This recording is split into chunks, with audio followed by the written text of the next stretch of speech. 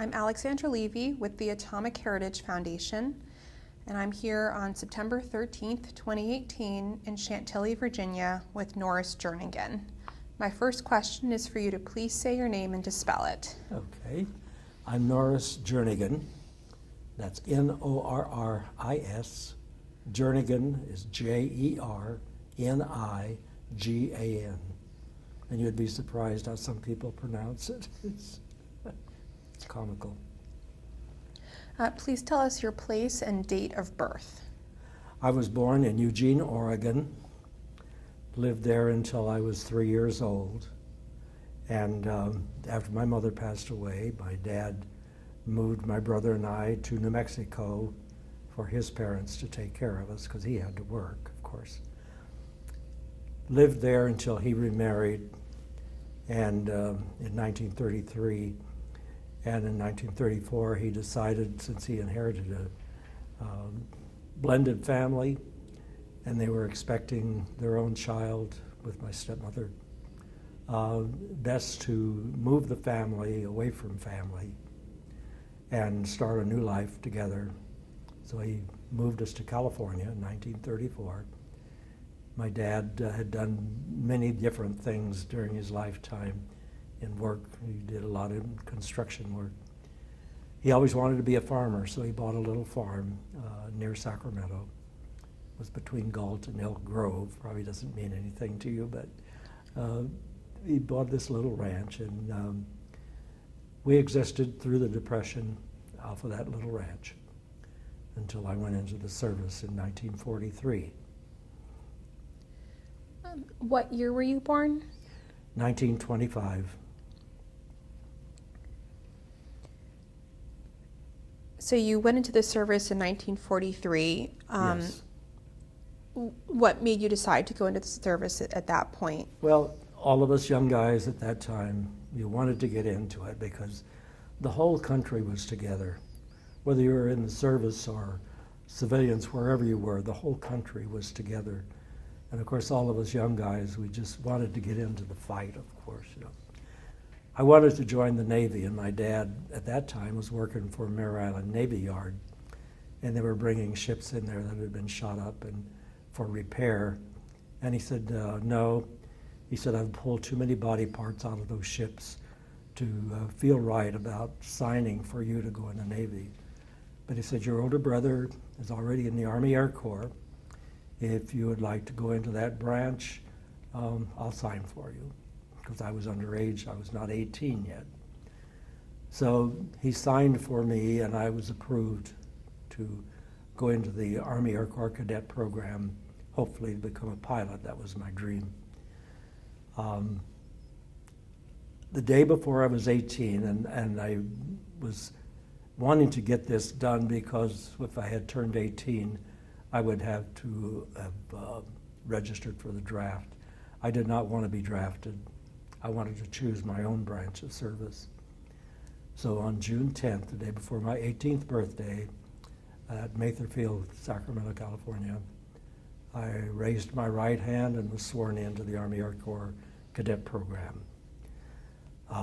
Went into active duty in August of 1943, and went through Army basic training. Since the Air Corps was part of the Army, it was a division of the Army at that time. It was not its own branch of service. Was stationed at Shepherd Field, Texas for my Army basic training. From there, we were moved to Denver University. I was stationed at the university, and we were enrolled in a university program where I got my first flying lessons at a little field near Denver. And after 10 hours of flight instruction and 1 semester at Denver University, we were sent to what they call a classification center to decide whether you qualify to continue on into the pilot training program, or you go into the navigator training program or bombardier or elsewhere. And daily we would check that list to see which list we were coming on. And of course, the somewhere else list got longer and longer, and one day my name was on that list.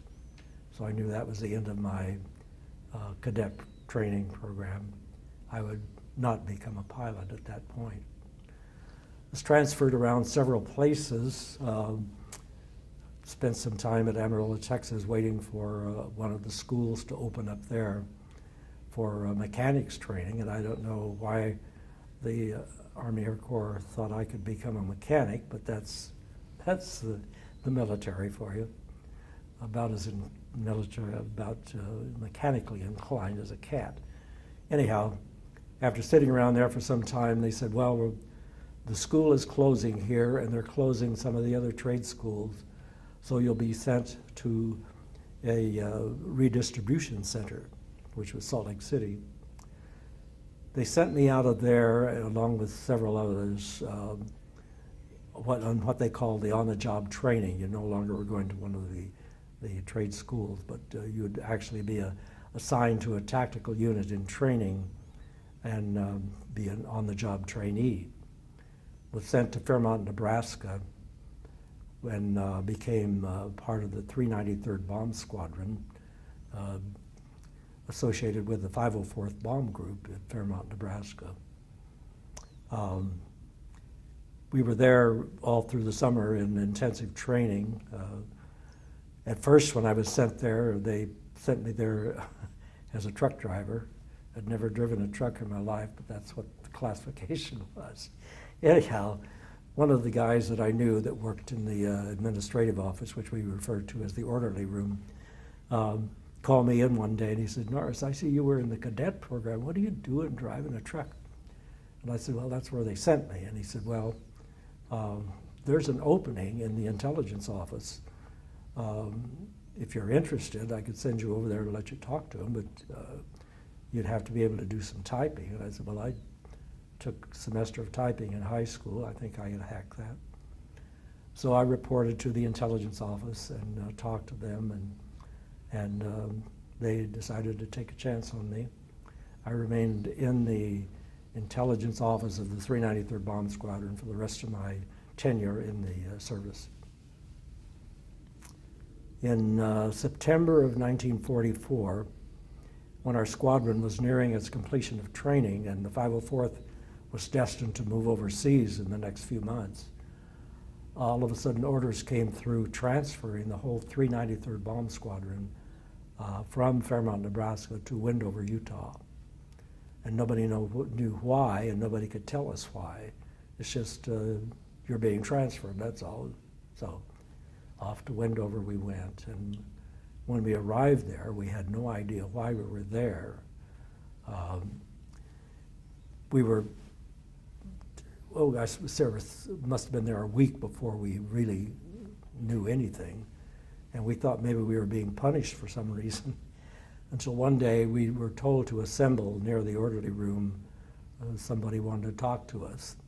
So we all assembled out there in front of the orderly room, and this lieutenant colonel got up on the back of a truck and said, men, you've been brought here for a reason.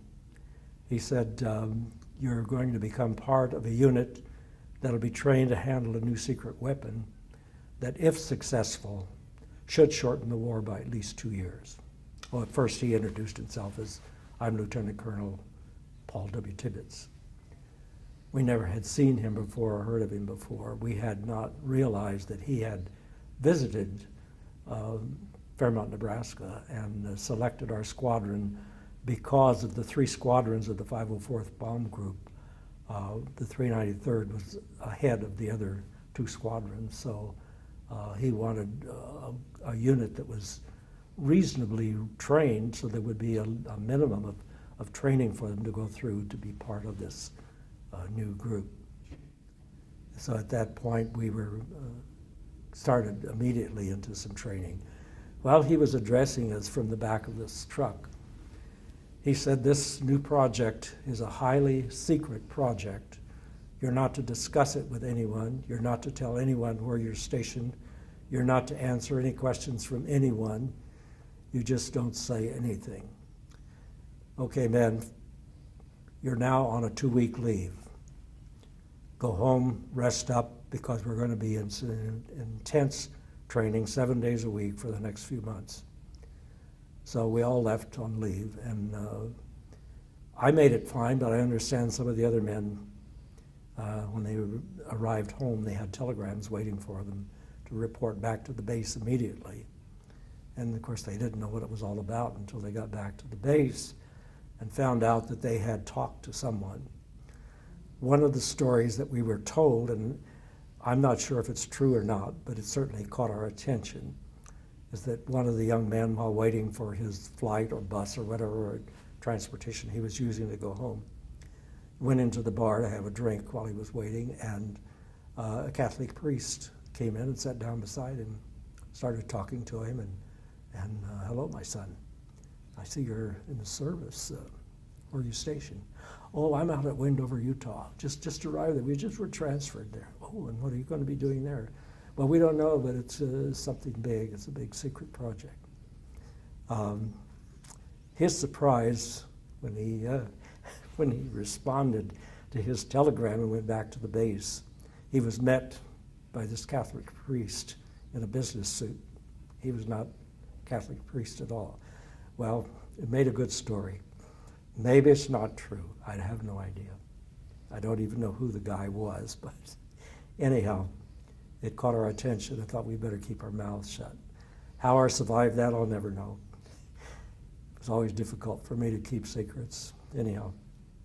When you arrived at Wendover, what was your rank and what sort of work were you then assigned to do? I was a PFC, a private first class. My job was a clerk in the intelligence office, whether it was typing or going to get coffee or Cokes or whatever. You were a gopher. No great important job, but I was part of whatever was to be done, mainly typing and helping to prepare folders for the crews when they would be briefed to go off on their training missions. That was the responsibility of the intelligence office and the intelligence officers, was to brief the crews on their missions, giving them the location and so forth. Our job was to put together whatever we could come up with in the way of maps, aerial photographs, or weather inclinations, weather reports, whatever, that would help them to achieve their mission.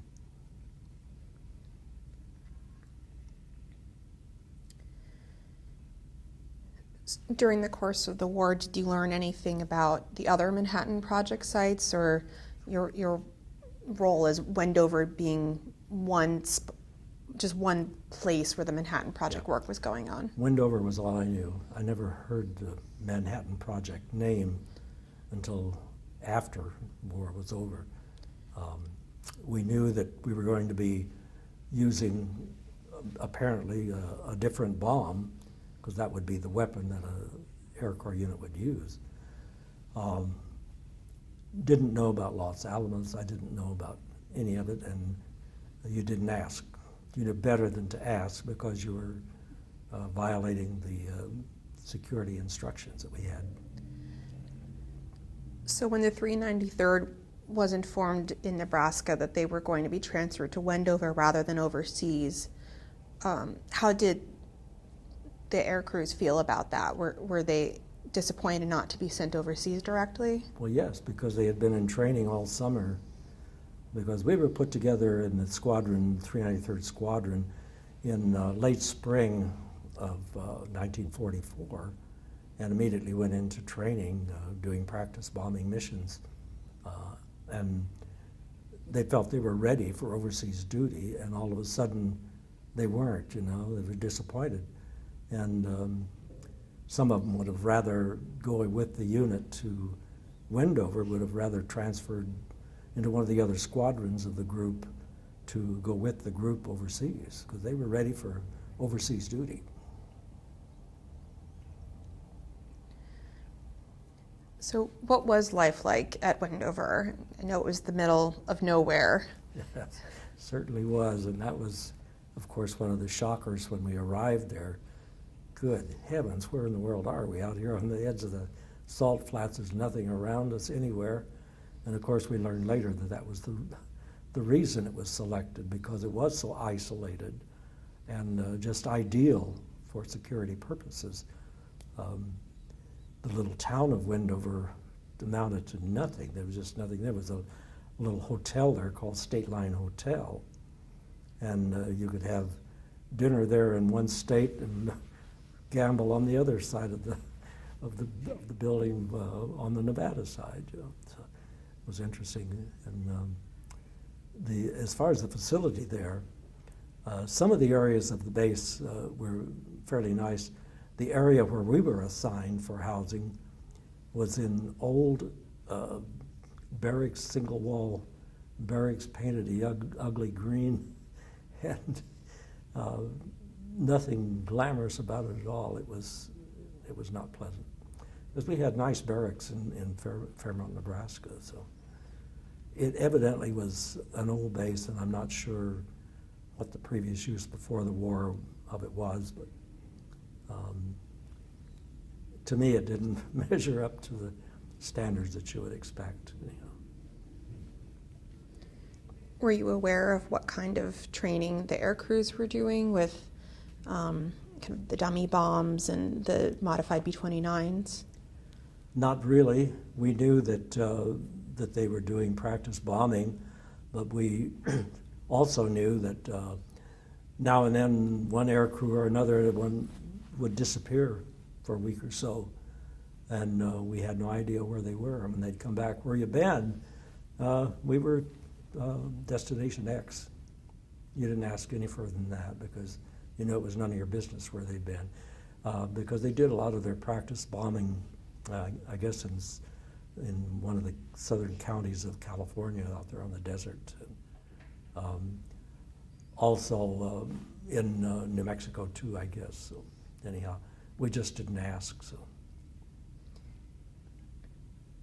Were you among the group that was sent to Cuba for training? I was. Can you talk about why groups were being sent to Cuba and what it was like to be there? It was great. We went there in January of January 45, and Wendover was bitterly cold, and that wind blows across the salt flats there, freezing cold, and arrived in Cuba, and warm tropic air there. It was nice. We enjoyed that, being there. We all came back with beautiful suntans, and everybody couldn't believe it when we came back. It was quite an experience, and the reason that we understood was that Colonel Tibbets wanted the crews to do some practice navigational missions over open water, because they would be flying missions over open water from wherever we would be stationed to Japan. And so he wanted them to experience the navigational training of flying over open waters, and they did what they call camera bombing, where they would go through an assimilated bomb drop, and it would just be recorded by camera that would show whether they were on target or not. And they would do that in places along the east coast of the United States. And when you were in Cuba, you were still preparing mission briefs and other clerk work? And typing the reports after the mission. When they come back, they were always interrogated after the mission to get their response to how successful their mission was. And there was always a report to be typed up, so that's where I came into play there. How did you find that kind of work, typing up mission reports? I didn't mind it. You know, it was just exciting to be part of something so spectacular. I didn't even know what the spectacular was, but knew that it was something big, and just quite an experience for a kid my age at that time. Where in Cuba were you stationed when you were there? We were stationed at Batista Field near San Antonio de las Buenas, 30, 40 miles outside of Havana. Were you allowed to go into Havana at all? Yes, went into Havana several times on leave, and we were never without security people being along with us and going into the bars with the guys and so forth. So we were aware they were there. But you were still able to have a a good time and blow off some steam? Yeah, yes. It was an interesting place at that time because the communists were getting really strong at that time in Cuba. And we were instructed, if you see any kind of a gathering, get away from it. Because you'd see a flatbed truck come rolling up with a podium mounted on the back of it. Somebody jump on the back and start preaching communism from the pulpit on the truck. We were instructed to get out of that as quick as you can. Get away from it, because you'll be in trouble if you don't. Mm. So there was a heavy communist movement at that time trying to overthrow Batista. Juan Batista was the dictator of Cuba at that time. And how did you get to and from Cuba? Did you fly in one of the modified B-29s or a C-54? One of the C-54s, both directions. Was that a fairly comfortable plane ride? No. No.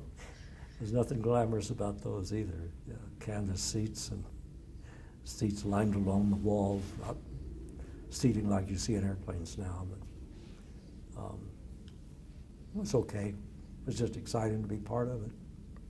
When did you return to Wendover after Cuba? I was there for our part about 5 weeks. So about the middle of February, I guess, we came back. Did anything feel different when you arrived back at Wendover? Did it seem like they were gearing up for missions? Or Things was it were still just going on as usual. Yeah. Crews disappearing, flying on their training missions, and some of them we were aware of, where we would know where their bombing target was. Other ones, the crew would just disappear, and we would have no contact with them at all during their practice bombing missions. You mentioned that at the beginning they tried to select out people who might talk and reveal secrets. During your time at Wendover, was there anybody who was ever made to leave because they revealed secrets?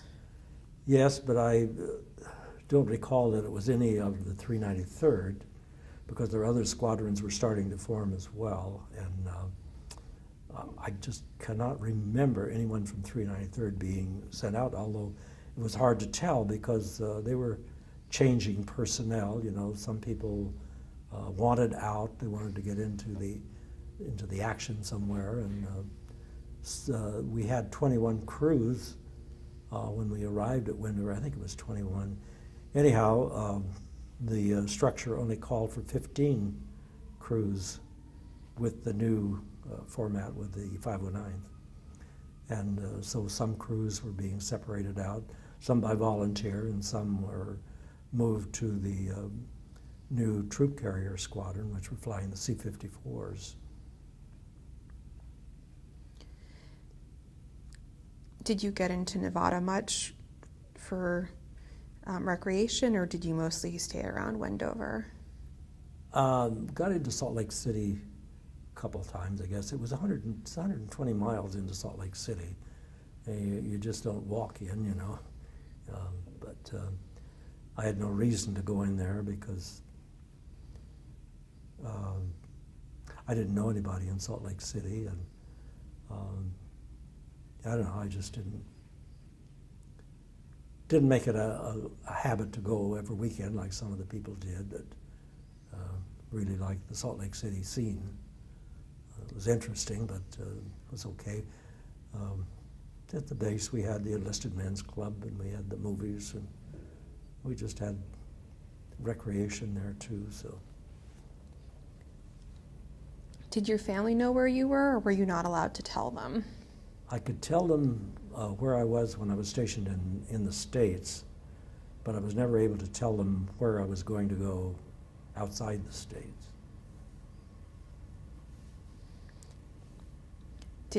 I know in some cases family members were interrogated as a background check before the person was accepted. Do you know if your family was ever questioned? They never did say they were, and so I don't think they were. Because, you know, a private first class is not much risk he doesn't know anything anyhow, so that's why he's a private first class. Did you see Colonel Tibbets or Colonel Clifford Helflin, who is the commander of Wendover, frequently at all around the base? Oh yes, I'd see him frequently, yes. Did you have much interaction with either of them? Well, being an enlisted man, you don't just hobnob around with a lieutenant colonel, you know, but anytime I ever talked to him, he was very open and friendly, talking back, you know, and answer any questions I had. So I didn't have any close relationship with him, but he never denied anyone access to him that I could recall. This was Colonel Tibbets? Yes. Did you ever speak with Colonel Clifford Heflin? No. No, I don't. Can't now that I ever saw him. I probably did, but I can't remember. That would be no reason for me to remember. So you and the other members of 393rd had more dealings with Colonel Tibbets as the head of the 509th then? Yes, yes. Of course, at that time, when we were in Fairmont, Nebraska, up till the time we were going into training at Wendover, Colonel Classen was our squadron commander. And then he was moved up to deputy group commander when Colonel Lutke was transferred out. And we always were under the impression that Colonel Lutke talked too much at some point and was shipped out. That was the story we got anyhow, but who knows? So how did you like Colonel Classen? I really liked him. All the men of the 393rd really looked up to him. Just the style of leadership that he had, plus the knowledge of what he had been through already and was ready to do it again. Had great appreciation for him. Do you recall any conversations you had with him? No. I may have, but I don't recall any, no. When did you and your fellow Air Corpsmen learn that you were being sent to Tinian? I learned,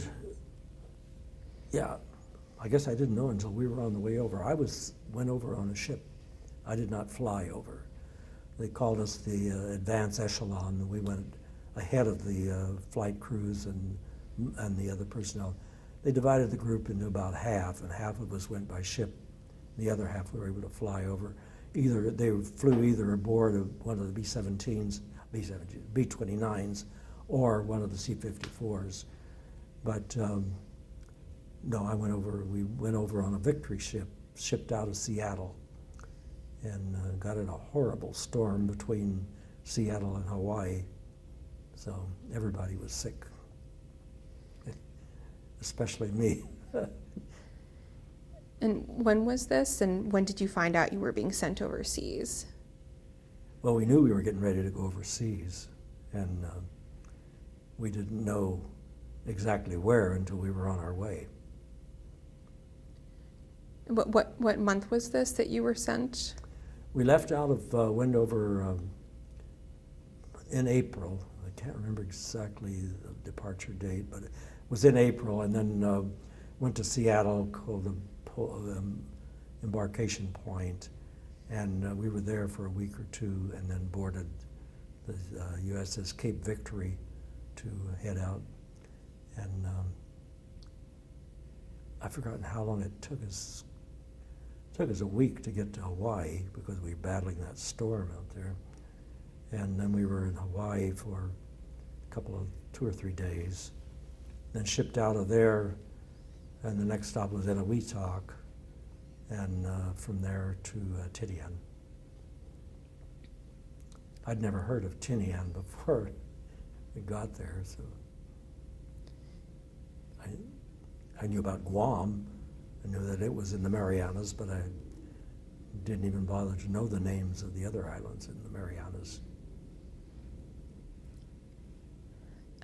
Can you talk about what Tinian was like as an airbase? Well, we arrived there at the end of May, and they didn't have any housing for us when we first arrived, so We were living in pup tents and outdoors most of the time until a tent area opened up, and we moved into a tent area, and we were all housed in tents, and so that wasn't too bad. And I've forgotten just how long we were in that area until the CBs moved out of their area, which was one of the nicest bases on island of Tinian, and that's where the 509th then was moved to. So what kind of facilities did you live in once you moved into the more permanent facility? I'm sorry? What kind of barracks did you have once you moved into the... Oh, we were in Quonset huts, yes. What were those like to sleep in? They were nice, yeah. Yeah, it wasn't Hyatt Regency, but it was it was certainly better than the tents. And yeah, they were comfortable. How did you handle the weather after winters at Wendover? Well, it was hot and humid, and we were allowed to wear shorts, cutoffs, whatever, to try to keep cool. And it was something to get used to.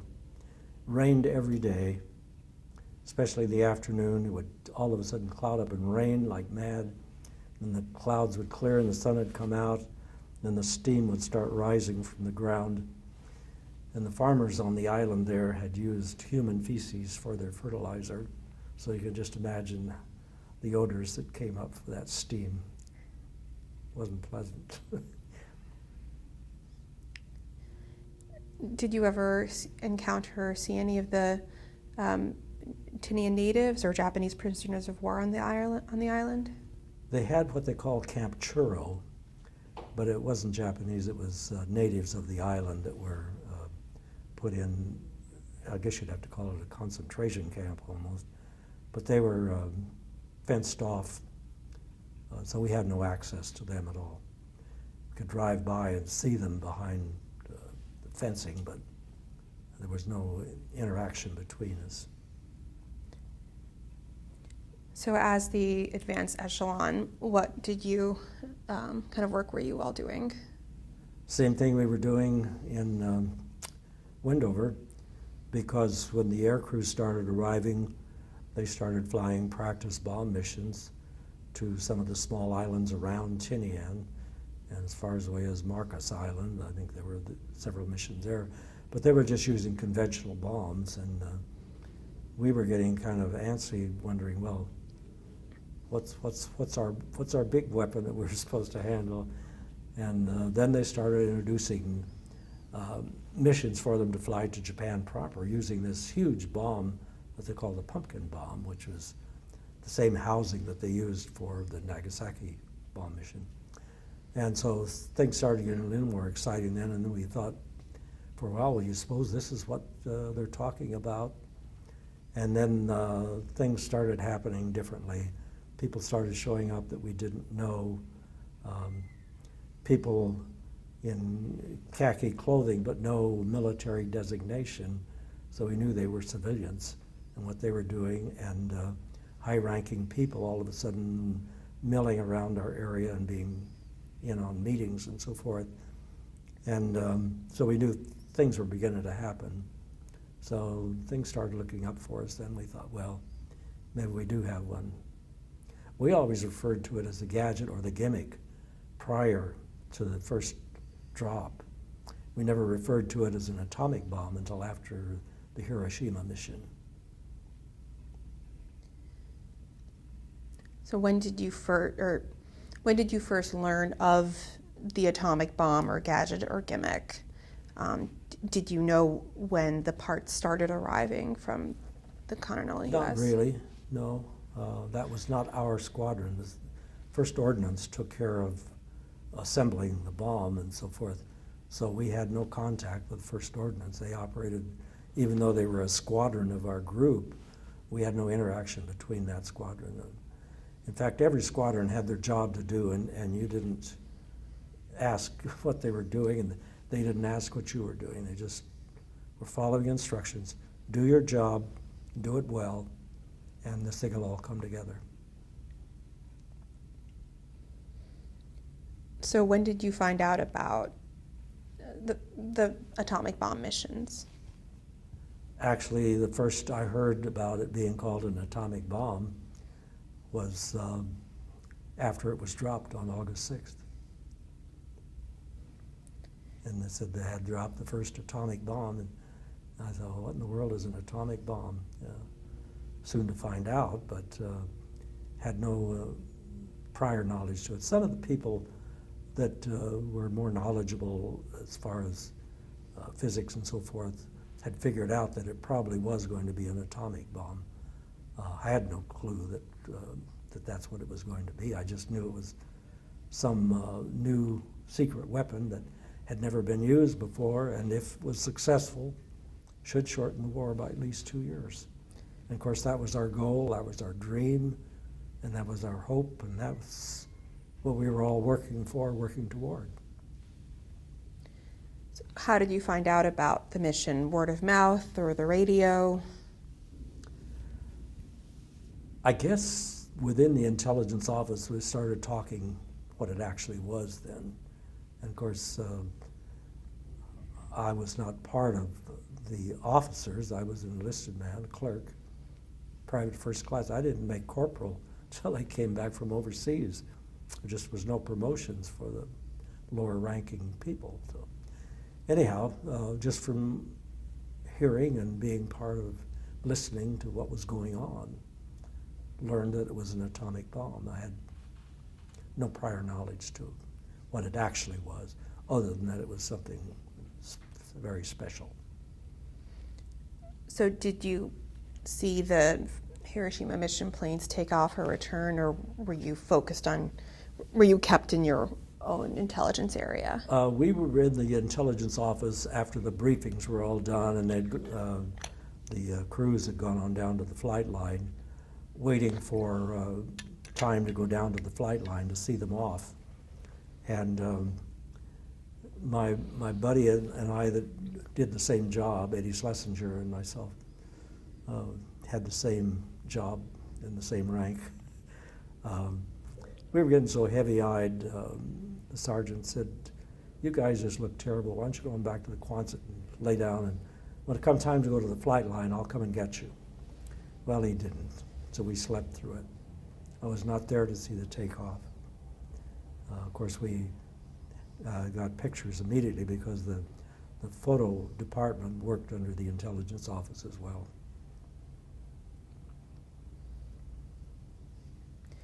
What was the reaction like when the Enola Gay and the other planes returned? Oh, elation. The whole day, August 6th, was sort of a celebration day because we knew that they were going on this big mission that everybody had been waiting for since we first arrived at Wendover. And they were sort of having a picnic and fun time. And then when they came back to the area, Colonel Tibbets got up in front of the guys and said, "Mission accomplished. City sighted, city gone," something to that effect. He said it was a success. So we were greatly elated because if it was true that it was going to shorten the war by 2 years, we could see the end of this thing coming because we saw no end to it. It just was grinding on, and the Japanese just would not surrender. They were pretty well bombed out in most places in Japan before we dropped the 2 atomic bombs. They had firebombed Tokyo brutally and just literally burned Tokyo down. And they were doing the low-level bombing there so they could drop those napalm bombs, which were fire bombs. And the type of structures that made up most of Tokyo were just like kindling, they just burned. And some of the crews were talking, of course we weren't over there when they were doing this, but talking to some of our guys said that flying over the area you could smell the stench of human flesh burning, and he said it was horrible. Just that terrible, terrible thing. But war is terrible, and you get so much criticism that you should just try to bomb military targets. Even if you just bomb military targets, you're going to kill civilians. There's no way you can fight a war and keep from killing innocent people. It's one of the unfortunate things about war. So anyhow, Tokyo was pretty well bombed out. Some of the other cities were too. As I recall, and I could be wrong on this, we were instructed on 5 cities that our group could do the bomb runs on. Hiroshima, Kokura, Nagasaki, and I cannot remember the other 2 for the life of me. I'm sure I have record of it somewhere in some of my files, but anyhow, those cities, each one of them had not been bombed very much, not at all or not very much.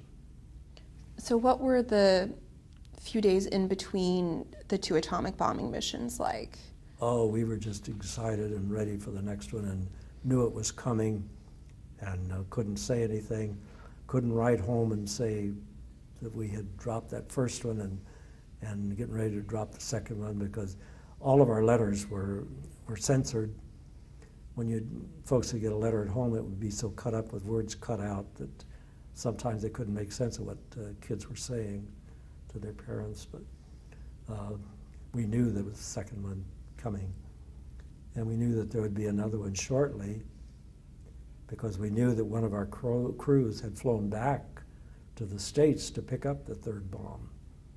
And we knew that that would have gone to Kokura. So that much we knew, anyhow. What are your memories of the 2nd atomic bombing mission? Did you get to see those planes take off? No, I didn't go to the flight line. As they take off about 2 o'clock in the morning, and it's not the best time to be out of bed. We were just kids, all of us. Even the flight crews were just kids. And no big deal. They've dropped one, they could drop another one, and there'll be another one until they quit, that's all. So, which was true, that's the way it would have been, unfortunately. Were you there for the return of Boxcar or the other planes from the... Same thing, when they come back, we were so glad to see them back, and they made it okay. And I was housed in the same Quonset hut with the enlisted men from both missions. So I knew the guys, they were buddies, they were friends, and of course you were glad to see them back. Because, each of the missions, that the possibility you wouldn't see them again because, especially on that first one, Hiroshima, they had never been tested before. They had tested a plutonium bomb, which they dropped on Nagasaki, but they had never tested the uranium bomb before.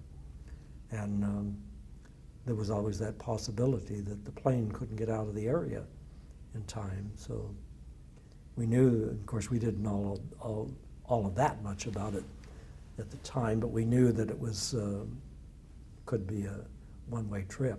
We knew that much. And I've heard that there were a number of B-29s that crashed during takeoff on Tinian. Yes, there were, yeah. So was that something that you and the other crews were well aware of? Oh, yes, yeah. In fact, I saw one airplane just barely make it off the ground and flew straight out and splat right into the ocean and went right under. None of them got out. Just sad. And then at night, there'd be a lot of the other groups taking off at night to go with their bombing runs. Well, most everybody took off at night but you'd suddenly see a big flash in the sky where the plane blew up, and you know that that's another crew gone. And we didn't lose one crew. We didn't, or one airplane. So, but our bombing missions flew at such a high altitude. Their fighter planes weren't that effective. Plus, they didn't have that many left, and their anti-aircraft, same thing. The anti-aircraft was not that effective at that altitude, which is about 32,000 feet. So they were fairly safe up there, but anything can happen. Can you talk a bit about some of the enlisted men that you knew that were on those missions? Were there any that you were particularly friendly with? I was familiar with and friendly with the crews, both the crew members from the two missions. There was one young man, Richard Nelson, that was in our Quonset hut that we always just thought he was just a kid. Well, we were kids too, but we always called him Junior because he looked so young. And I just found out recently he was older than I was, so I did not know that at the time. But they were all super guys, you know, they were just guys, you know.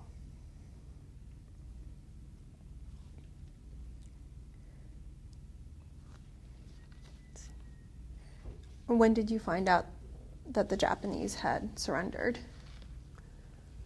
We were, it was about midnight, I guess. I don't know why we were all up, probably playing cards or something. And we heard somebody yell, "It's all over." And so we wondered what this yelling is about, so we all went out, and then we could hear other voices, "It's all over." They had picked up radio announcements that the Japanese had surrendered. And so, of course, we said, bingo. What we did it. So was there a lot of partying and drinking after that? Oh, of course. Of course, yeah. Were you allowed at some point to write back to your family about where you were and your involvement, or did you have to wait until you were back in the States? I had to wait until we got back. At first, they made up a press release that was going to be sent to everybody's hometown paper, and then orders came through to put a stop on that. So I have copies of that somewhere, but yeah. Did you have any interaction with any of the scientists that were involved, or the New York Times reporter Bill Lawrence who was there? I saw him there and knew that he was somebody other than military. I knew it, yeah. It was really, you ask about any contact, after the August 1st, with all these higher ranking officials showing up and higher ranking officers. One day, a bunch of us were just sitting around talking, and I was talking to the guy next to me, and I looked a little farther, and he had a star on his shoulder. And it was General Farrell. And he was just a regular guy, you know, and he just sat down and talked with us guys. And so it was kind of an exciting experience. I had my 20th birthday on Tinian, soon after we arrived over there. So we were, like I say, we were just kids. Were you able to interact with any of the crews that were out, that were non-509th, or were you very much isolated within the 509th? Very much isolated by choice. We weren't too popular when we arrived on Tinian because these other groups had been over there several months before we arrived and had lost crews and bad experiences. And here we show up with almost 1,800 men and 15 B-29s with no gun turrets or anything. And so there was a lot of animosity toward us because and another reason was that we showed up with all kinds of high priorities of whatever we needed, we got, you know, for completing our operation, where some of the other people have been there a long time through hardships and bad weather and so forth, and being shot down, that didn't make us too popular when we arrived here. And then after the war was over, started hearing rumors about us going home. So we were the last group to arrive over there and the first group to leave to come home, so that didn't increase our popularity any, I'll tell you. Some of those guys have been over there quite a while and really had been through a lot. Well, did the atomic bombing missions change the other group's attitude toward you in any way? I think they realized, hey, maybe we weren't right, because they thought we were just another bomb group showing up with all these men and no airplanes with any protection, because they'd been flying low-level missions around 5,000 feet, and they were just shooting ducks for any anti-aircraft for the Japanese. So they thought we were crazy. And I can understand why,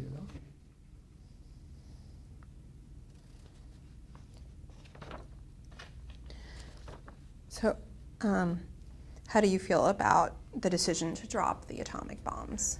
I think it was the right decision. I'm glad they were dropped. I'm glad they have never been dropped again. I hope they never will be, but it very likely could happen again someday. But it will be by a rogue nation that, just hates everybody. It seems to be the way the world turns. But I still feel it was the right decision. There was a lot of controversy immediately after the drops of the atomic bombs, and all kinds of experts, maybe they thought they were experts, announcing things. One of the craziest ones I heard was that because of the radiation, nobody would be able to go into Hiroshima for at least 100 years because of the radiation in there. No, that wasn't so, but it's just somebody that the press thought was knowledgeable that spouted off, and they believed it, I guess. Anyhow. And how do you feel looking back about your role in the 509th and the Manhattan Project? How I feel about my involvement? It was an exciting time, and I'm just glad that I was part of it because it brought the war to an end. And of course, that was the dream of everyone, no matter where you were. But the war was over in Europe. And I understand that when the unit was originally put together, the intent was to train the group and then split it in half and send half to Europe and half to the Pacific, and drop 2 atomic bombs simultaneously, the same date, for the effectiveness of hitting Germany and Japan. Germany, it was the war, because by the time we went overseas, it was winding down enough that I think that was abandoned or never happened. I'm not sure which, but it didn't happen. Because the Germans were working on developing the atomic bomb as well. In fact, they started before we did, so it was a race to see who got it first. And we learned also that the Japanese had started doing some research on it as well. Didn't know that till after the war, of course, but Albert Einstein is the one that warned President Roosevelt that he thought the Germans were already working on it. And that was in 1939 that he did that, so that's when it all started. Started from very small scale to be able to develop the thing in that short a time. It was an amazing accomplishment. When did you learn about the larger scope of the Manhattan Project, that there had been sites all over the country After involved? the war was over, I'd never heard of the Manhattan Project. I just never give it a thought, just what all it would take to develop such a thing. It has to have some kind of organization that's dedicated to doing that, and you just shouldn't think about what it was or who it was or anything. So when did you leave Tinian to return to the U.S.? It was sometime in October, as I recall. Very suddenly, we were told to pack your duffel bags. You're going to board the ship this afternoon. That was the first I heard about it, anyhow. Maybe some others had some advance notice. But yeah, just pack that duffel bag, and you did it in a hurry, and we were on our way.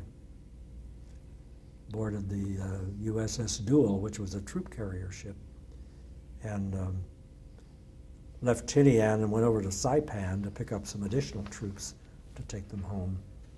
And 19 days later, we pulled into the Oakland Pier. And when were you eventually discharged from the Army? I was discharged on March 17th, 1946.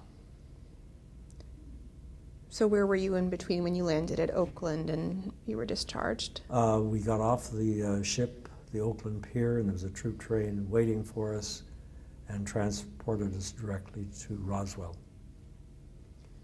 And I was at Roswell until orders finally came through for me to go to a separation center, which was Camp Beale, California, because it was closest separation center to where my home address was. So when you were in Roswell, again, you were working as an intelligence clerk? Yes. Even after we were back at Roswell, it was the same thing there. That was, in fact, by then, Ed Schlesinger and I were both sort of running the intelligence office on the enlisted men's side. And the job I was doing there called for at least a staff sergeant, so they made me a corporal. So that was my first real promotion. One thing I should have asked earlier is, did you collect any intelligence reports after the atomic bombing missions, or was that left more to the officers? That was pretty heavily guarded because it was top secret stuff, and I cannot recall if I typed any of those interrogations or not. I very likely did, but it was just a routine job, so I didn't make any great note about it that I typed the report or anything, because to me it would have just been I did the same job I did for all the other missions. So when you saw your family, was that when you were able to tell them about your involvement in the 509th? I told them before I went overseas that we were headed overseas and that they probably would hear about us because we're going to do something different. And I thought surely they would have figured that out, but they did not know until I came home that I was part of the group that dropped the two atomic bombs. So, yeah, I thought sure they'd figure that out. So they were. It's just the kid talking, Yeah. So they were surprised. Yeah.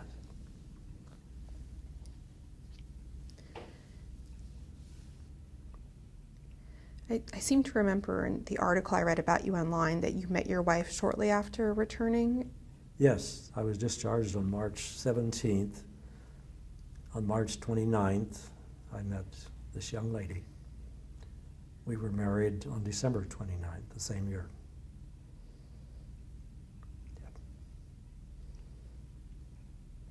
We were married 68 years when she passed away. How did you meet her? It was really strange. When I came back, started attending a church in North Sacramento, California, and they invited me to the youth meeting. They were having a party. Why don't you come to the party? And we were supposed to go to this young lady's house. And as it turned out, where we were supposed to go, the young lady's dad became ill and they had to move it somewhere else. She called her friend, who was not part of the youth group, to see if she could have the party at her house. And her mother said, well, sure, bring the kids over. So we met at her house, and that's where I met Marilyn Ray. And we seemed to just hit it off right from the beginning.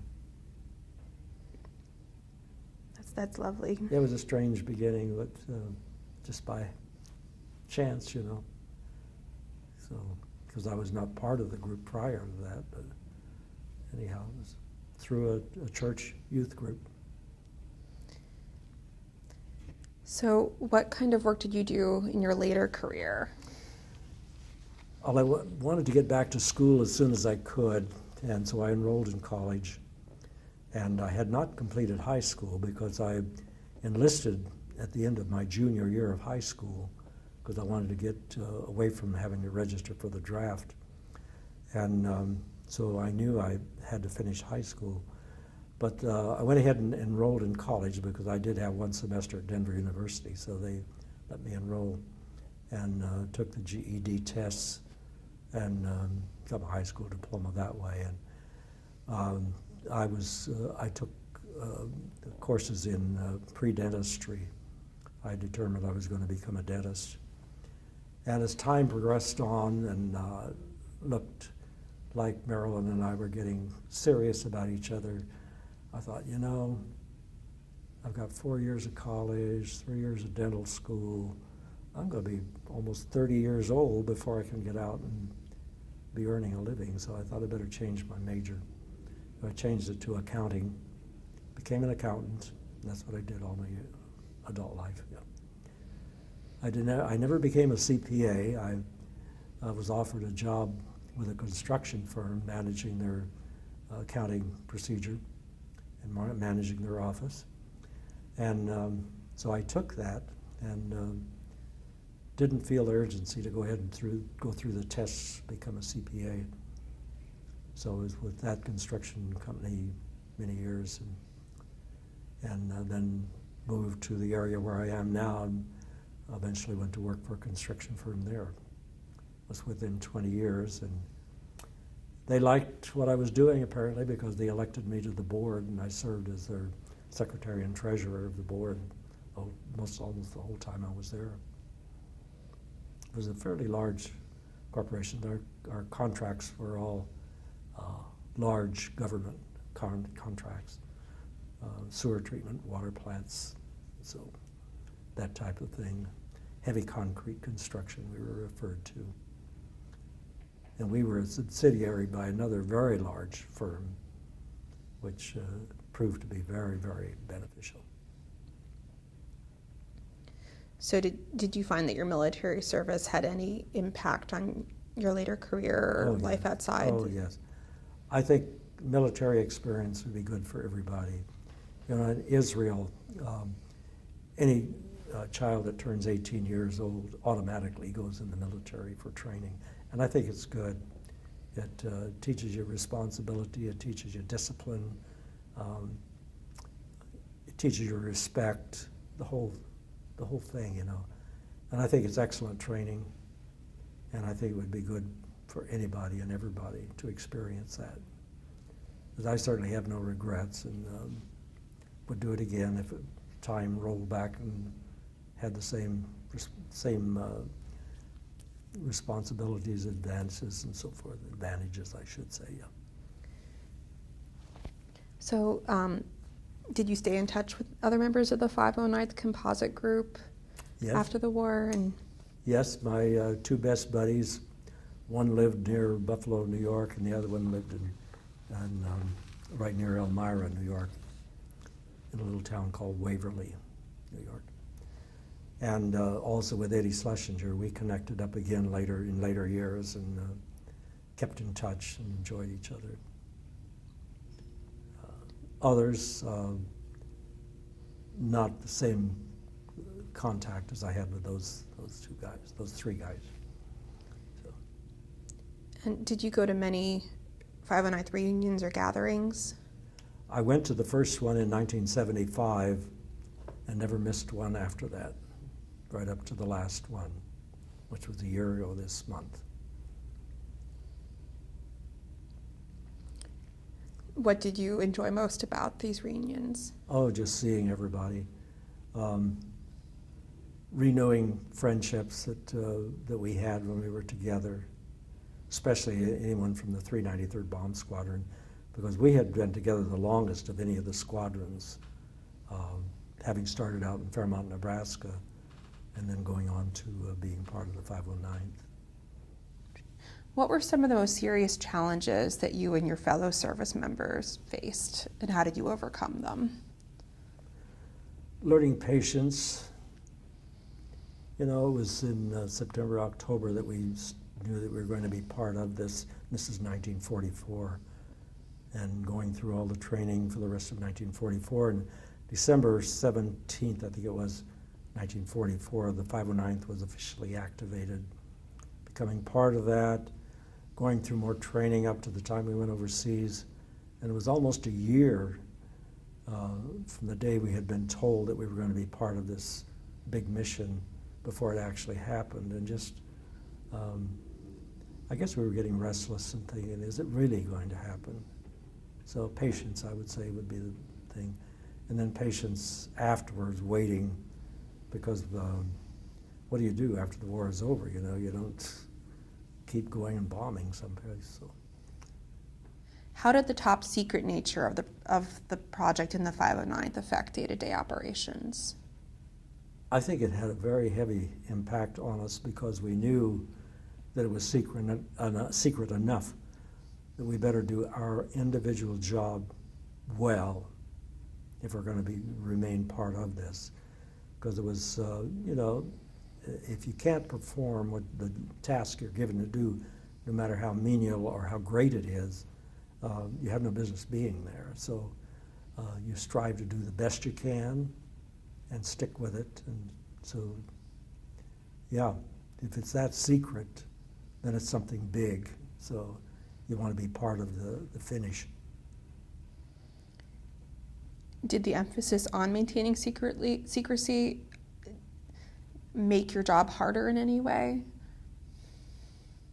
I don't think it made it any harder. It just made you more intense on making sure you didn't talk to anybody about what you were doing, because it was nobody's business. You had your own job to do, and you did it. And so you don't go around, what is your job, you know, because you don't know who you're talking to. You might be talking to a security person rather than, you know, it was strange because we would have people show up. Well, I remember one time we had this master sergeant when we were still at Wendover walk into our office, and he said, I've been assigned temporarily to your office till I get a further assignment, but for now I'm assigned to your office. And there's a master sergeant. Well, the top sergeant in our office was staff sergeant. So what kind of task do you give him to do? Anyhow, he just hovered around, very friendly with all of us for, maybe a month or so. And one day he didn't show up at the office, he was gone. So who was he? Was he security? Because we knew there were security people all over the place. There was a lady stationed on Wendover. We called her Mom Merrill. Her name was Miss Merrill. She was in charge of furniture for the recreation rooms. And that was her job, just to make sure that all the recreation rooms had good furniture. And she was everybody's mom. She just was mother to everybody, you know. And then long toward the end of her training there, she wasn't around anymore. And later on, we learned that she was part of FBI. So, you know, you didn't know who you were talking to. Wow, Mom Merrill certainly had a background that Yeah. secret I don't know background. who she was or where she went, but or what her real assignment was, but it certainly wasn't moving furniture around. But she was just a sweet little old lady, you know, that's a grandmother to everybody, you know, and so it was a strange feeling when all of a sudden she was gone. Well, do you have any other stories that you would like to share? Anything you would like to say? I can't think of anything offhand other than that it was just an absolutely exciting thing for a kid my age to be part of that. I was not selected individually to be part of it. I was selected as part of a unit that was transferred in to become part of it. So I was with the 393rd, so I came along with the 393rd.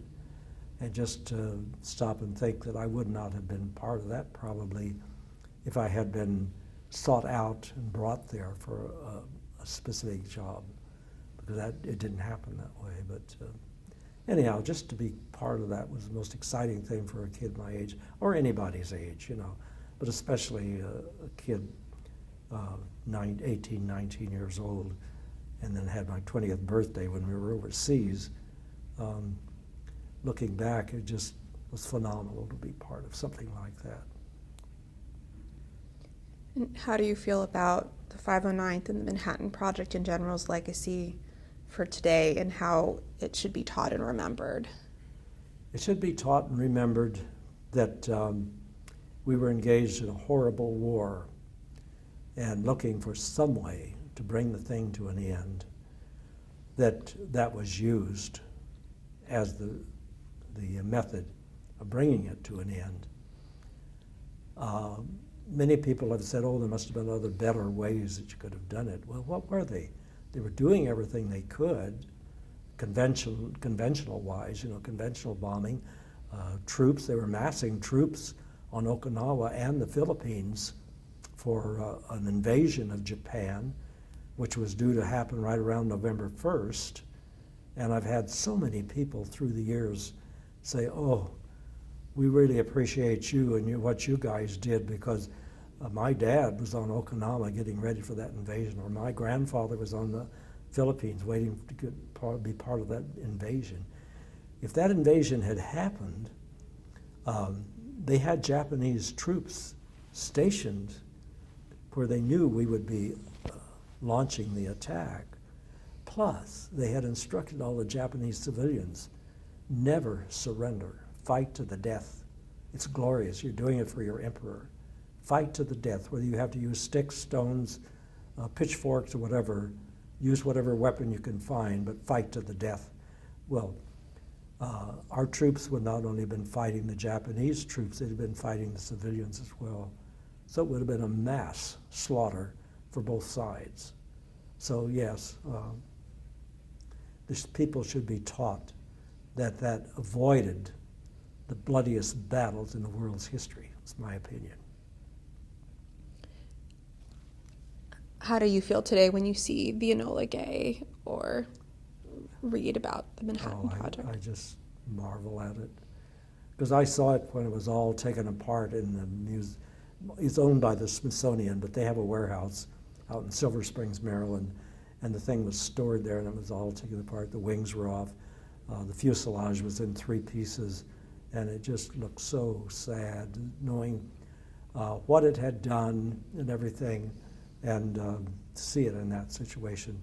And they said someday they would restore it, and of course that was our dream.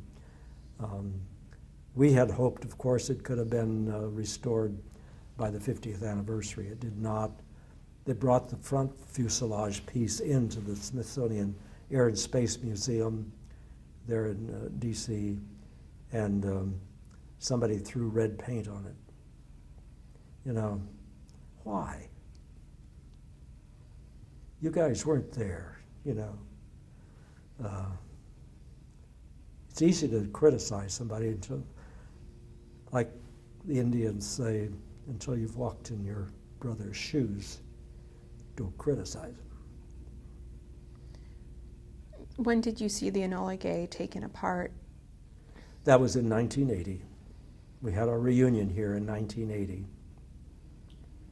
First reunion I attended was in 1975. To that point, they had tried to meet in 5-year intervals. They had 5 years earlier than that, which would have been 1970, met in Salt Lake City at Major Marquardt's home. Well, he wasn't Major anymore, but former Major Marquardt. And so they agreed at that time they were going to go to Hawaii in 1975. And 3 guys, trying to think of the name, King, Beezer, and Beale for the committee to put that together. And they decided it wasn't feasible to try to take the group to Hawaii. So they set it up in San Diego, and that's the first I heard about it. And my wife and I were able to attend that. And at that point, they said, 5 years is too long. We're losing too many guys. Why don't we make it 3 years? So in 1978, we met in Dallas, Texas. And they said, we're losing too many guys. Maybe we ought to move it to 2 years. So we met for 2 years for a long time, and I can't remember now exactly what year we finally said, hey, we're losing too many guys in 2 years. Let's make it every year. So we met every year until the very last one, last September, a year ago. And at that reunion, there were only 2 of us that were original veterans. The year prior to that, we were in San Antonio, Texas, and I was the only veteran that showed up. So we knew it was time to hang it up. It just, what's a reunion? Who do you reunion with if you're the only guy there? So even though I loved the people that were following the reunions that became part of it, wives and relatives, children and so forth that attended the reunions and in a sense were a part of it, they were not part of the original. And that's what it was. The reunions were of the original group that met. So we decided it's time to hang it up and admit that the time had come. Were the 509th veterans involved in the effort to restore the Enola Gay? I'm not sure. Okay. Wouldn't surprise me, but not that I've heard of anyone particular, anyhow. Well, you've answered all my questions. Is there anything else that I haven't asked that you want to talk about? Not really, other than that I'm proud of the fact that I was part of it. And the people that I've met that have come to these reunions, like Bob and Amelia Krause, for instance, developed a very strong friendship there. And Bob volunteered to take our reunion for us and volunteered again and again and again and again. And up until the last one he chaired for us was September 2017. And then we laid it to rest. It's part of history now. What people do with it, it's out of our control. We just hope that they remember it for what it did and what it would have been had they not done what they